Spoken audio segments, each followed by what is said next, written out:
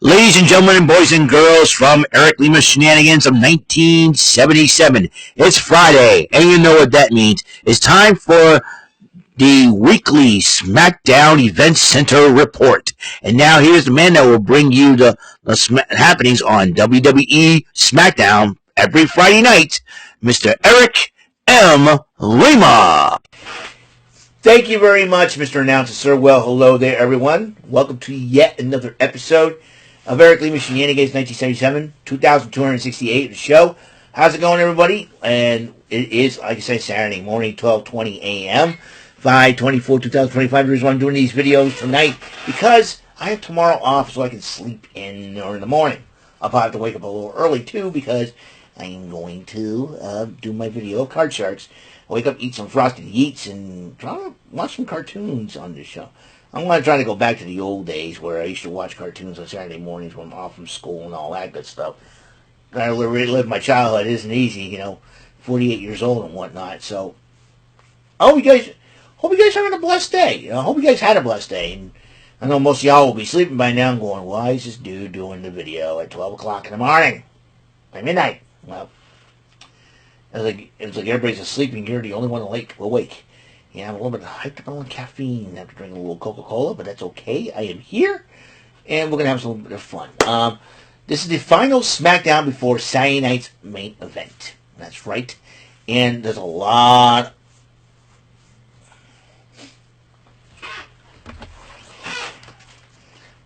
So, meanwhile, this is what happened on SmackDown. To kick off SmackDown, Damian Priest decided to brawl with Drew McIntyre in the back as they arrived in the arena, and these two were beating the snot out of each other.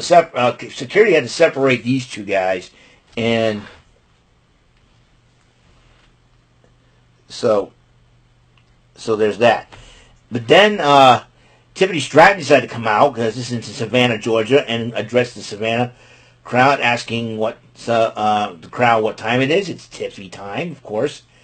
And then she said that she was glad to conquer Nia Jackson. So she hopes to get more challengers. As you know, the Money in the Bank qualifying matches do continue on, do rage on. So Alexa Bliss interrupts Tiffany Stratton, saying that she says she'll basically make sure that she cashes in her Money in the Bank if she wins the matchup and challenges Tiffany Stratton. Charlotte Flair comes out, interrupts both of them, and then says that she's going to win it. And then it is now time for the Women's Money in the Bank qualifier matchup as Tiffany Stratton walks off. And it was Charlotte Flair, Julia, and the U.S. champion Zelina Vega, the women's U.S. champion Zelina Vega, and Julia is now first match on SmackDown, and she already qualifies for Money in the Bank. So that means Julia will join former tag team partner, former ally from NXT, Roxanne Perez, Bliss herself, and Rhea Ripley. So, looks like a couple of her nemesis will be in that Money in the Bank ladder match. That means 2 spots left to be up for grabs. One of the matches, which has been announced, it would be Jade Cargill versus Nia Jax versus Naomi. Those three, oh boy, gotta be. So, DIY addresses the tag team division. I think they're still obsessed with the tag team championships, and they're still upset that Fraction was getting their shot at the gold against the Street Profits. Which leads to a one-on-one matchup. Chris Sabin versus Tommaso Ciampa. And looks like the Garganos got themselves. Johnny Gargano. Looks like Candice LeRae now has inserted herself to rejoin forces with DIY, as Ciampa ended up winning that matchup. Byron Saxton interviewed Fraction about getting a shot at those tag team titles, and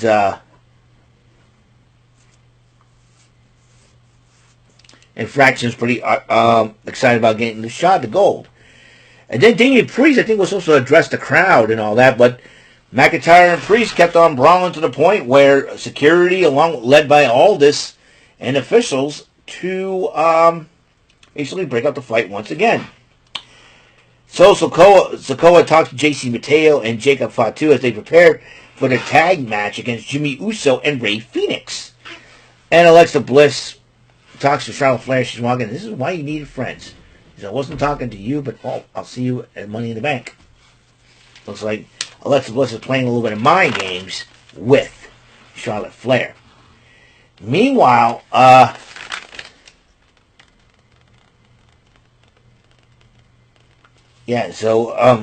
Shelley also got involved. So, anyways, I forgot this part. Chelsea Green was dissing Zelina Vega in the back after Vega lost, and then they started brawling, and then when Secret Herbert tried to get involved, B-Fab and Michin got involved, to the point where Nick Aldis says, okay, Secret Herbert against Michin and B-Fab in a tag matchup. And that's what happens. Michin and B-Fab in a tag match against Secret Herbert. That will be the team of Albert Fire and Piper Niven. And Vega gets involved, goes out by going after Chelsea Green. They brawl during the matchup. And B-Fab and Michin took advantage of the distraction and ended up winning the matchup. Meanwhile, Byron Saxton interviewed the Street Profits, and Street Profits looking forward to defending their gold against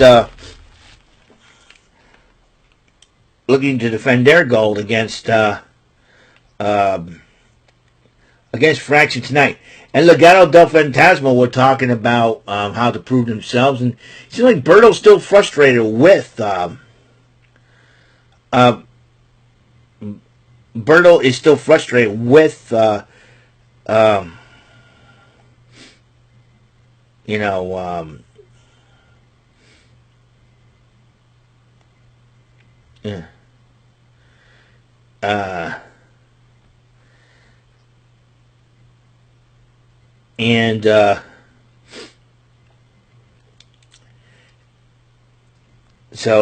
he was frustrated. He was frustrated with Santos Escobar, but it seems like Angel Garza gets the idea. But the Legado del Fantasma found out there was the first matchup at Worlds Collide. I'm gonna talk a little bit about that. I spelled that wrong.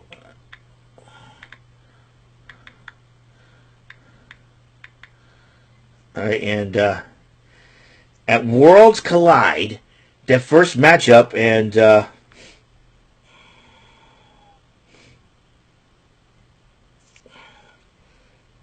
so the first matchup of Worlds Collide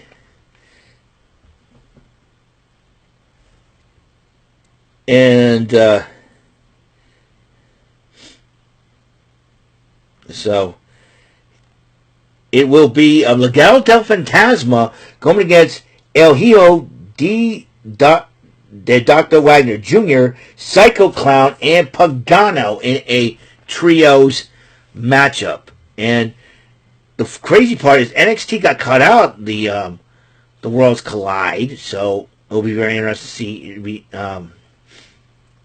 NXT now is part of the WWE branding. That's what I'm thinking. So there'll still be okay. And there's a rumor going around that Dominic Mysterio could go one-on-one with El Hijo de Vikingo. So yep. So it will be in English. All right, June the 7th, 3 p.m. Wow, it's going to be nuts. You got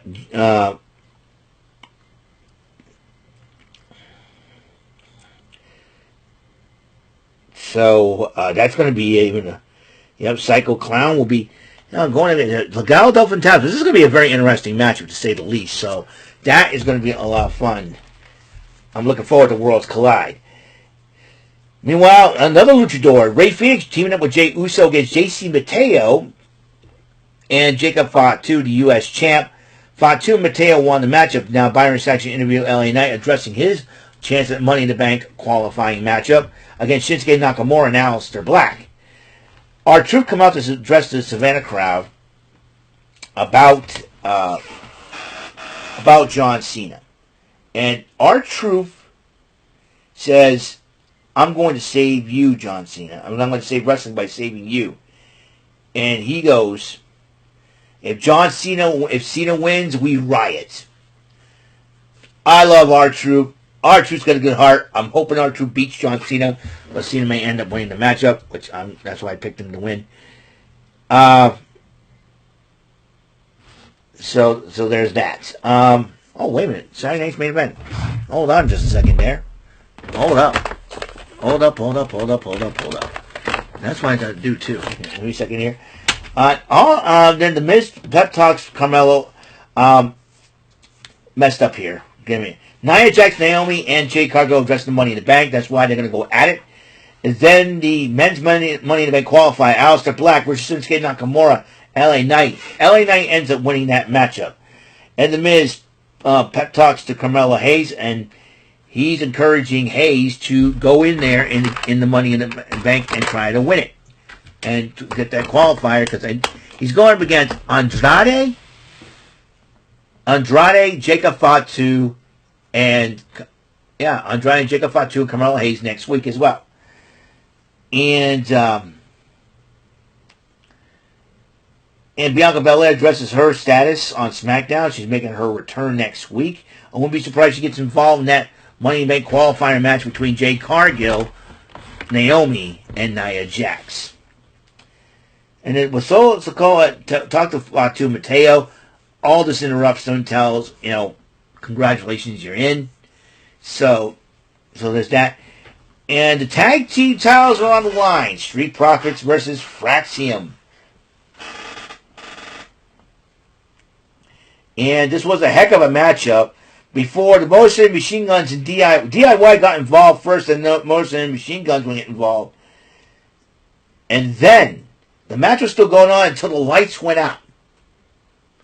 And when they get back on, the Wyatt Six appeared and attacked every team, causing the referee to ring the bell and rule this match a no contest.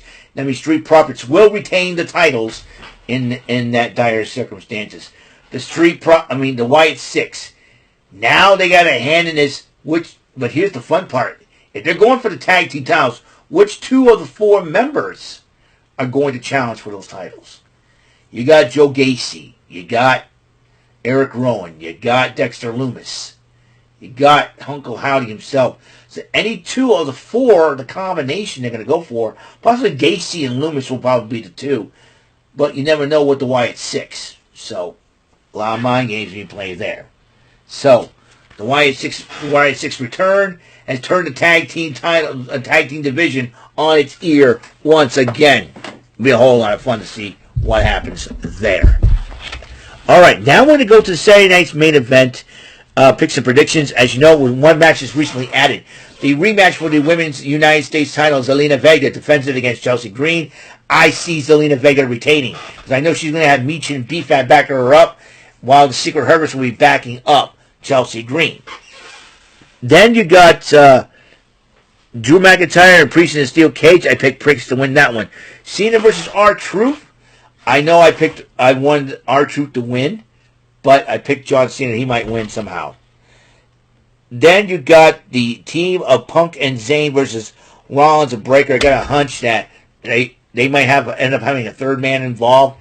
Don't know who that might be. Whoever could get involved inside and aligning themselves with Paul Heyman. Heyman could get involved. But I picked Rollins and Breaker to win. And finally, the world title, Jey Uso defends against Logan Paul. I picked Jey Uso to retain over that Beavis-looking butthead Logan Paul. Well, that is it for episode 2268 of Eric Lima Shenanigans 1977. Later on in the morning, after I get some sleep, I am going to basically play some Card Sharks. So, but I got to get some sleep beforehand. I'm going to upload these videos, and I'm going to bed. Nobody bother me. I'm going to sleep. So I will see you guys later.